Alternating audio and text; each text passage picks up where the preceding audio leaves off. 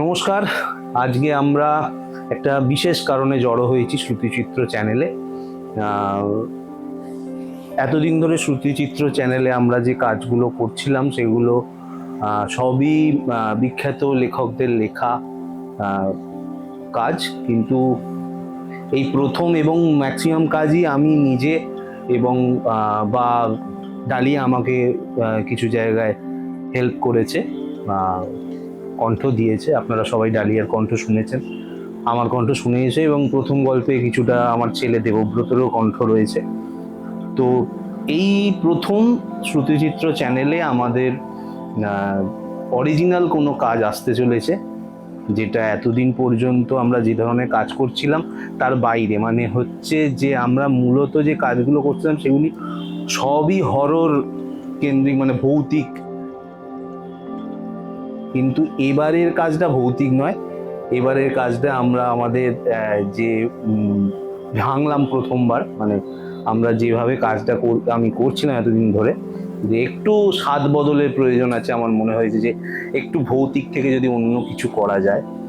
এবং আজকে আমি একা নেই, আমরা এই আলোচনাটা করার জন্য আমি আরেকজনকে ডেকেছি। এবং সব থেকে বড় কথা, এই প্রথম কোনো গল্পে আমি বা আমার ফ্যামিলির বা লোকজন বাদ দিয়ে আমাকে কেউ, আমার বন্ধু বা আমার ভাই কেউ হেল্প করেছে, গলা দিয়েছে।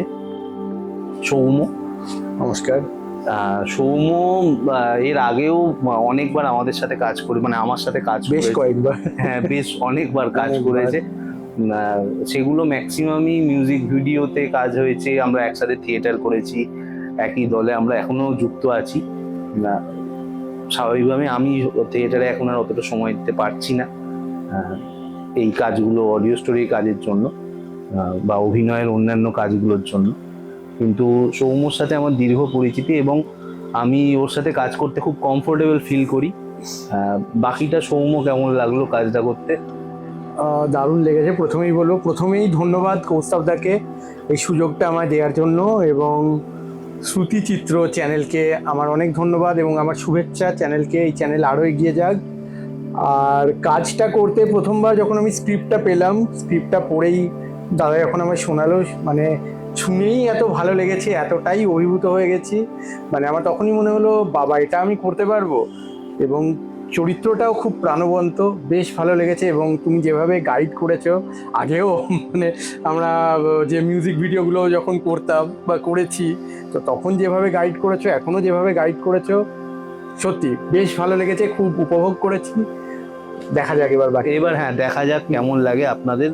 আজকে আমাদের এই ভিডিওটা করার উদ্দেশ্য যাতে আপনাদের কাছে মেসেজটা পৌঁছায় যে আমরা একটা অরিজিনাল কাজ করতে চলেছি।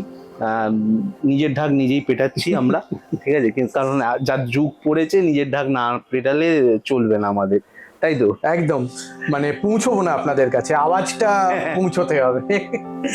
আর এইখানে যে গল্পটা, নামটা বল গল্পের। আচ্ছা, গল্পটার নাম জানিয়ে রাখি আপনাদের। গল্পর নাম হচ্ছে দাদু, লিখেছে কৌস্তবদা নিজেই। অসাধারণ একটা গল্প। এবং গল্পের ব্যাপারে কিছু গল্পের ব্যাপারে আমরা স্পয়লার দিতে চাই না।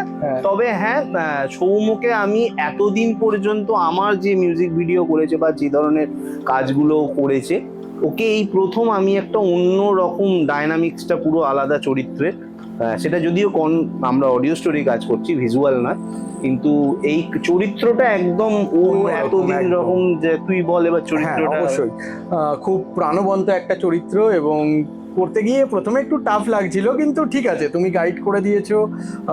আর চরিত্রের নামটাও বল। আচ্ছা, চরিত্রটা যেটা আমি করেছি সেটার নাম হচ্ছে লিও। এই গল্পের অন্যতম প্রধান চরিত্র। এবং গল্পর মানে লিওকে কেন্দ্র করে এবং তার যে বন্ধু আকাশ, যেটা কৌস্তবদা করেছে, এদের দুজনের কথোপকথনের মধ্যে দিয়ে কিন্তু গল্পটা এগিয়ে যাচ্ছে, তারপর পিছনে যাচ্ছে, আবার সামনে আসছে, এই ব্যাপার আছে বা আরো অনেক কিছু রয়েছে। বেশি ভাঙছি না, বললাম তো, স্পয়লার দেবো না। আর বেশি অপেক্ষা করতে হবে না, আমরা আগামী কাল মানে শনিবার দিনকে হয়তো আমাদের এই বাকি যে কাজগুলো, ছোট ছোট কিছু কাজ বাকি আছে, সেগুলো হয়ে গেলেই শনিবার আমরা অডিও স্টোরিটা আপনাদের কাছে নিয়ে আসছি। আরো একবার বলি, নাম হচ্ছে দাদু। এই কাজটার ব্যাপারে একটু আমি বলি, কারণ হচ্ছে এই কাজটা, গল্পটা আর কি, আমার তৈরি আজ থেকে অনেকটা সময় আগে, মানে অনেক বছর আগে, সেটা হয়তো লকডাউন পিরিয়ডে তো আমরা প্রচুর সময়টা একা অবসরে কাটিয়েছি, তো সেই সময় প্রচুর গল্প তৈরি করে রাখা ছিল, তার মধ্যে এটাও একটা। কিন্তু এটার প্ল্যানিং ছিল অন্য। এটার প্ল্যানিংটা ছিল হচ্ছে যে আমরা, মানে আমি একটা মিউজিক ভিডিও বা কোনো রিসাইটেশনের ওপর কোনো ভিডিও করব আবৃত্তির ওপরে, সেখানে এই মিউজিক ভিডিওর আকারে এটাকে ছাড়ব। কিন্তু শ্রুতিচিত্রকে যখন নতুন করে আবার অডিও স্টোরির মাধ্যমে আমি জাগিয়ে তুললাম, তখন আমার মনে হলো যে এই গল্পটা কিন্তু অডিও প্ল্যাটফর্মের জন্য একটু রিমডেলিং করলে কিন্তু এটা আইডিয়াল হতে পারে। একদম। তো সেই প্রচেষ্টাই করেছি আমি, আমাকে ও হেল্প করেছে। এই গল্পে কিন্তু শুধু সৌম্য নয়, ডালিয়াও একটি ভালো চরিত্রে আছে, এবং দেবব্রত আমাদের খুদে আর্টিস্ট, ও একটা অসাধারণ চরিত্রে অভিনয় করেছে, বলা যায় অন্যতম মুখ্য চরিত্র। আমি কি অভিনয় করেছে আমাদের দুজনের বাদ দিয়ে বাকি কে কি করেছে আমি বলছি না, সেগুলো কালকে রিলিজের পর আপনারা জানতে পারবেন। তবে প্রত্যেকে আমরা মন প্রাণ দিয়ে কাজটা করেছি এবং আশা করছি আপনাদের ভালো লাগবে। আর যেগুলো বলার সেটা হচ্ছে, ভালো লাগলেই আমাদের পরিশ্রমটা সার্থক হবে। হ্যাঁ, সার্থক হবে আর কি। আমরা, কারণ অরিজিনাল করতে সত্যি কথাই বলছি, নতুন চ্যানেল তো ভয় লাগে। হ্যাঁ হ্যাঁ, মানে যে মানুষের ভালো লাগবে কি লাগবে না, তারপরে যতটুকু প্রোগ্রেস করেছি সেটা যদি হারিয়ে ফেলি।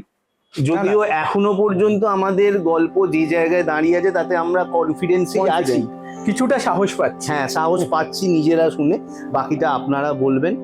আর ভবিষ্যতে যদি উৎসাহ দেন তাহলে এরকম আরো অনেক অরিজিনাল স্টোরিজ নিয়ে আসবো। সেটা হয়তো সৌম্যও কোনোদিন লিখে ফেলতে পারে কোনো গল্প, সেই গল্পের উপর আমরা কাজ করতে পারি। তবে হ্যাঁ, এরকম অনেক ইচ্ছে আছে, সেগুলো আস্তে আস্তে সাপোর্ট পেলে আপনাদের আমরা কাজগুলোকে এগিয়ে নিয়ে যাব। আর এই গল্পের কিন্তু একটা মেসেজ আছে, যে মেসেজটা যেটা হচ্ছে চিরপ্রাসঙ্গিক।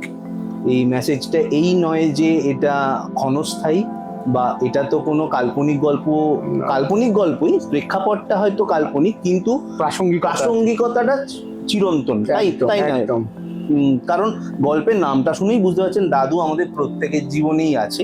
আমারও দাদু ছিল, সৌম্যরও দাদু ছিল, ঠিক আছে? তো সেই নাম কেন্দ্র করেই গল্প গড়ে উঠেছে, তো সেই জন্যই এর প্রাসঙ্গিকতা অনেক আছে। এবং ভৌতিক গল্প তো কল্পনা ভিত্তিক হয়, কিন্তু এটা ভৌতিক নয়, এটা সম্পূর্ণ একটি সেন্টিমেন্টাল জনারের গল্প। অনেক বেশি অনেকেই রিলেট করতে পারবে হয়তো। হ্যাঁ, এই গল্প আমরা অনেকেই অনেক জায়গাতে মনে হতে পারে এইরকম তো আমাদের আশেপাশে দেখেছি বা হয়েছে, সেটাকেই গল্পের আকারে ডায়ালগস দিয়ে, সেটাকে ব্যাকগ্রাউন্ড মিউজিক দিয়ে সাজিয়ে আপনাদের সামনে পরিবেশন করা। আশা করি আপনাদের ভালো লাগবে আমাদের প্রয়াস।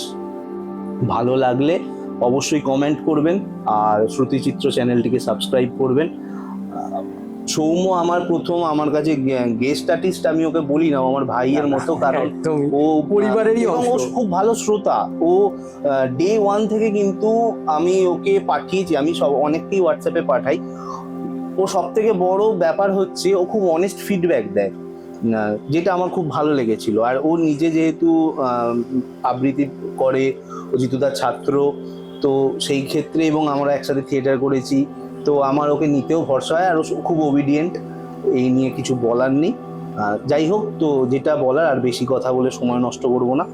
আগামীকাল আসছে আমাদের গল্প দাদু, আপনারা অবশ্যই রচনায় কৌস্তব দা, রচনা, পরিচালনা এবং সমগ্র পরিকল্পনায় কৌস্তব পাল। আশা করছি ভালো লাগবে। আমাদের পরিশ্রম কেমন হলো একটু কমেন্ট করে জানাবেন।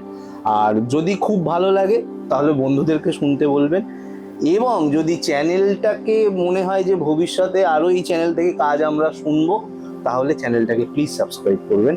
তাহলে আমাদের মানে বেঁচে থাকাটা দীর্ঘস্থায়ী হবে আর কি। আমরা আরো সাহস পাবো, সার্ভাইভালে হেল্প করবে। পরিষ্কার কথা বলছি। অনেক ধন্যবাদ, অনেকক্ষণ কথা বললাম। পাশে থাকবেন। আগামীকাল আপনাদের কাছে আসছে দাদু। নমস্কার।